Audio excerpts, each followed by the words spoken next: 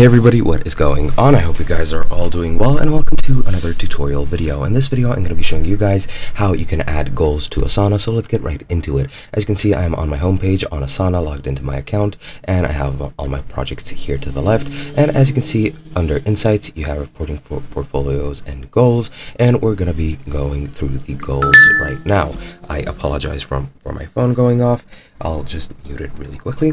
But yeah, you just want to go into goals, and once you're here, you can, as you can see, add a goal. And since I have nothing here, I don't have anything under my goals, I don't have anything under team goals, you can just click add a goal, and you can select a goal title. For example, goal 1, it really doesn't matter what you write, that is completely up to you. You can set the members within it. Of course, in my workspace, I'm the only member at the current time, and the time period is dependent on what you want to set it to. This is third quarter of fiscal year 2024.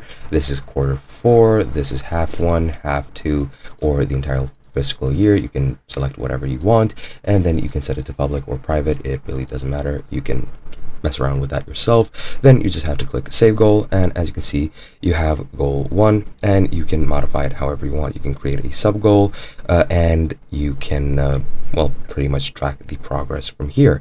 And you can go to progress settings to measure set how you want to measure it, format it to however many decimals you want. You can create sub goals, projects, tasks, and etc, etc.